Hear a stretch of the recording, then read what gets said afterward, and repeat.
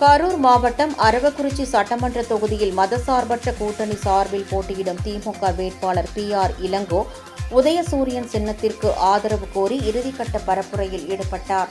அதன் ஒரு பகுதியாக இன்று வேலாயுதபாளையம் ரவுண்டானா, மலைவீதி, காந்திநகர், அண்ணாநகர் சந்திப்பு உள்ளிட்ட பல்வேறு பகுதிகளில் பரப்புரை மேற்கொண்ட அவர் கடந்த 5 ஆண்டுகளில் செயல்படுத்தப்பட்ட சாதனை திட்டங்களை விளக்கினார்.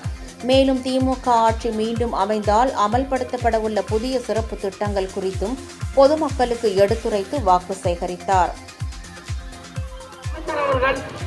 நடத்தி கொண்டிருக்கார். நேற்று கூட சொன்னாங்க, நம்ம தொகுதிக்கு 2 MLA, அவர் ஒரு MLA, நான் ஒரு MLA. அப்படிதான் இதுவரைக்கும் 5 ஆண்டு காலம் நாம் பணியாற்றினேன். அவர் விட்டு போன பணிகளை அவரோடு கலந்து கொண்டு எந்தெந்த பகுதிக்கு என்னென்ன செய்ய வேண்டும் என்பதை அமைச்சர் இல்லாமல், அமைச்சருடைய ஒப்புதல் இல்லாமல் எந்த ஒரு பணியும் நான் இந்த 5 ஆண்டு காலத்தில் செய்யவில்லை.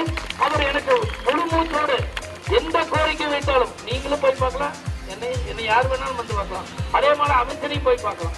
அந்த உரிமை உங்களுக்கு இருக்கிறது. ஆகவே இன்னைக்கு சொன்னாரு, MLA நீ போய் பாருங்க, கோரிக்கை வைங்க, இல்லைன்னா எங்கிட்டையும் வாங்க. அந்த அளவுக்கு அமைச்சர் அவர்கள் அரவக்குறிச்சி தொகுதி மக்கள் மேலும், அரவக்குறிச்சி தொகுதி மேலும் மிகவும் பாசத்தோடும் அன்போடு இருக்கிறார்கள். ஆகவே நீங்கள் எல்லாம் எனக்கு உதயசூரியன் சின்னத்திலே வாக்களித்து ஒரு வாரியான வாக்கு வித்தியாசத்தை வெற்றியை செய்ய வேண்டும். என்றைக்கும் நான் உங்களுக்கு தேவையாக உறுதியாக சொல்கிறேன்.